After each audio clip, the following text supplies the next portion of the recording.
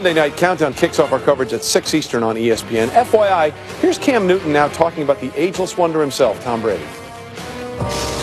Brady's, how old is he? 40. I don't know, he may be Benjamin Buttons, man. He just look like a GQ model still, right? After 2 or 3 kids, man, so I don't know. I am reading up on that, trying to find out the cheat codes of pliability, as he says it in his book. So you know what this means. Cam has actually seen the end of Benjamin Button, and he clearly hasn't seen the end of Titanic. But Brady continues, thank you for that, Brady continues to defy the odds of everything that the history of football tells us by what he's doing this year. However, with the trade of Jimmy Garoppolo to San Francisco at the deadline last month, the Patriots are basically saying this: not only do we believe Tom Brady can keep this going in 2017, we think he's got years left at this level. But really, just how much of a roll of the dice is that philosophy? The New England Patriots have traded quarterback Jimmy Garoppolo. It is all on Brady for the foreseeable future. This was the Patriots calculating that Tom Brady has beaten everybody in the league, including Father Time. If you believe age is truly just a number, then Tom Brady is what you truly believe in. At the age of 40, Brady in 2017 is on pace to throw 32 touchdown passes and throw for more than 5,000 passing yards. Those 5,000 passing yards would be the second most in his Hall of Fame career. So how exactly is he still doing this? Well, for one thing, it's incredible conditioning. He takes care of himself exceptionally well. That part of it is unique to him. I was at an event with Tom Brady when they drafted Jimmy Garoppolo, and he walked up to me as a coach. I don't know why they're doing that. I plan on playing until I'm about 45. You know, based on everything I've learned and what I do, I believe I can be a very good 40-year-old football player. With the deadline trade of backup quarterback Jimmy Garoppolo to San Francisco, the issue of Brady's age and his production becomes even more critical. At the time they made the deal, Brady was the only quarterback left on the Patriots roster. And parting with arguably the best backup in the game was not something Pats head coach Bill Belichick wanted to do, but felt like he had to do. It's just not sustainable. It's definitely not something that we wanted to walk away from, and I felt like we rode it out as long as we could. Garoppolo's contract was up at the end of this season, so the only way to keep him was to put the franchise tag on your backup quarterback. That was never going to happen. Jimmy's been a great teammate and a great friend, and I want nothing but the very best for him. So now the Pats are all in on the idea that not only Brady can keep doing this in 2017, but that he can do it for seasons to come. I don't see any reason why he couldn't continue to do it, because he has mastered the game mentally. The way he has the command of this offense, he can continue to play and play well. The issue really may not even be about TB12, but the team around him. Through 8 games in 2017, Brady's already been sacked 21 times. That's already 6 more than in all of 2016. And it doesn't matter how much avocado ice cream you eat. The more hits you take, the more likely you are to get hurt. His whole task is to chase history. Now he's chasing the fact that people are saying, you're 40 years old. No other quarterback has done that. And he says, I'm going to show everyone that I'm chasing history and I'm going to beat it. Should he make 2 more starts this season, Tom Brady will become only the 4th quarterback 40 or older to make 10 starts in a season. And only one, Brett Favre in 2009, had a winning record. Favre is also the only 40-year-old quarterback to win a playoff game in the Super Bowl era. There is so much unknown ahead. The only certainty is this: there is one person who has resolute belief that the best is yet to come, and his name is Tom Brady. You can be 40 and still play at a very high level, and it's going to take some commitment, some discipline, but I can show you the way. Well, he has certainly been showing the way for the last couple of years. And our quarterback spotlight, we're back with our quarterback Hall of Famer Steve Young, the Highness of Hillside Road. Steve, how long do you think Brady can keep doing this at the level that he's doing it? He can't keep doing it and take the beating he took in the first half of the year. I mean, like you made, Trey, with your dramatic ending there. It really is.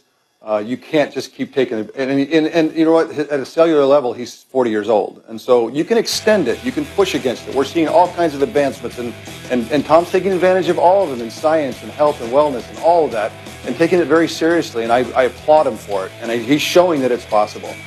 The hardest part that he's going to face is emotionally trying to continue to play with guys that are half his age. And that's become, to me, that was the most awkward thing about being 38 and still playing football, is like being in the huddle and guys are, it just feels funny. And so you have to kind of put that aside. And I think Tom's so focused that he will put all that emotional stuff aside and really focus on, like, I'm going to do something that no one's ever done. I'm going to play at 43 and be productive. I think it's possible, but he needs to take a lot less hits than he did this year. He's carried way too much water to go 16 games and then a bunch of games, 3 games in the playoffs and all the way to the Super Bowl. That's a tiring thing no matter how much he's pressed, he's worked against the age thing. So to me, this second half of the season needs to get easier for him physically. All right, we'll see if that plays out. It starts in a tough place in Denver, even though they allowed a 50-burger last week. Our quarterback spotlight. Give me the quarterback this week, Steve, you think with the best matchup. I like Big Ben coming out. I think there was a bye. I think, yes, it was a bye. So they're rested up. They got everything kind of, the whole locker room's kumbaya now. All their struggles are behind them, I'm sure. And they're going to go to Indianapolis. I like the matchup. Even though Indianapolis is stiffened and playing a little bit better, I like Big Ben in the second half of the year starting this week. Yeah, 13 touchdowns, no picks his last 3 games against the Indianapolis Colts. All right, give me the quarterback that you think has the worst matchup. I think going to play the Rams, Tom Savage has got to figure out, how do I score 35? How do I score 45? And, we know that that's not going to happen. So I think that's a tough matchup to go to L.A. and know that you've got to go win the game. You've got to go score enough points that this team, the defense can't play well enough to hold them down. They're too, the meteoric rise of the L.A. Rams is too much. I don't like the matchup with Tom Savage going away. Amazingly, these are the top 2 scoring teams in the NFL, but that was a Deshaun Watson ago. It's not a Tom Savage ago. Different time. Give me the one guy you want regardless. The bye is over and Tom Brady's back. So until further notice, it's Tom Brady. And I think that this is where he says, hey, you talking about these other MVP candidates? No, I'm a 40-year-old MVP, and I think the second half of the year, you're going to see Tom Brady's focus. I'll take him any day. All right, hold up, Steve. As you say this, I want to throw up some numbers for you here, because Denver is Tom Brady's house of horrors. Now, take a look at these numbers. Something about the mile-high city, maybe it's the altitude. He has tons of trouble. He's 3-7 in road games in Denver, including playoffs. That's his worst road win percentage against any team he's faced at least twice. And last year he was under 50% and didn't throw for 200 yards. They still won, but he did not play great. Does any of that change your mind? No, because you're looking at themes that work against the average player and the average teams. Look, I get it. Historically, you got to see but look, Tom Savage and Deshaun Watson, the Texans are different. The Denver Broncos are different than he's ever seen. And I think that you see those cracks. That's the fact to this weekend. It's not about the past. So I think great players, there might be something you look back and see some themes or throughout their history. But to me, the great players they beat against them all the time. So I just that's nice. Great stat. I loved it. Little picture. I appreciate that, Trey, but it doesn't matter. So you like the dramatic part better than that stat. Fine. Very much, Trey. You love drama. Well, you're I've been hanging around with you too much. That's why. Give me the breakout quarterback this week, Steve Areno. I like Mitch Trubisky at home against the Packers. I mean, if they can't score any points, continually put them at risk. You see the Packers, their defense is going to devolve. And I like Mitch Trubisky kind of breaking out. Let's see if he guys got a receiver now. They've got a couple of wins. They got some hope, and let's see him throw 35 times and go win a big ball game. I'd love to. I know they probably won't do that, but I do like him as a breakout this week. Why not against the Packers that are really struggling?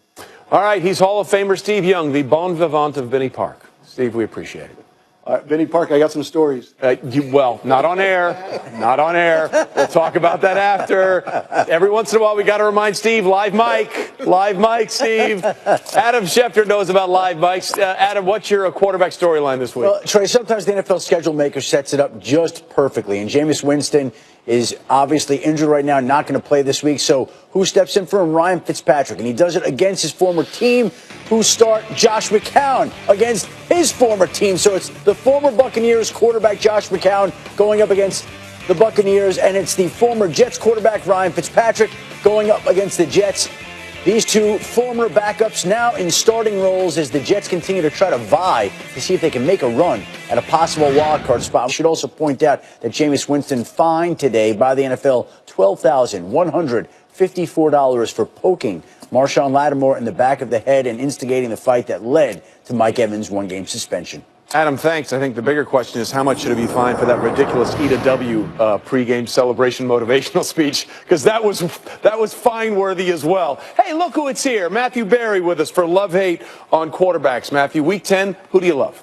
How about Jared Goff of the red-hot Los Angeles Rams? If you think about this, it's a great matchup with the Texans. They've allowed the fourth most fantasy points per game to opposing quarterbacks this season. You know, Goff has 3 different games this year with 2 touchdowns or more and 0 interceptions. Only Drew Brees, Tom Brady, Alex Smith have more. 11 touchdowns, 3 interceptions over his last 6 games. Red hot coming off that game last week against the Giants. Now back at home, Jared Goff to me a top 10 play this week. He's been great. Okay, someone you're not really thrilled with this week. Yeah, unfortunately, Phillip Rivers. You know, and I'm a big Rivers fan, but not this week. Not on the road, not at Jacksonville. I mean, you start running out of ways to describe how good Jacksonville's be. Jags defense allows the fewest fantasy points per game to opposing quarterbacks. They're giving up basically 156 passing yards per game. They've allowed 225 passing yards just once this year. Yeah. So you've got a West Coast team traveling east for a 1 o'clock game. Rivers has been up and down this season offensively. He's outside my top 20 this week against Jacksonville. 35 sacks already for Jacksonville, including 2 10 spots. I mean, it's tough. Yeah. And now they got Marcel Darius to shore up the run game, which was the only weak part of that.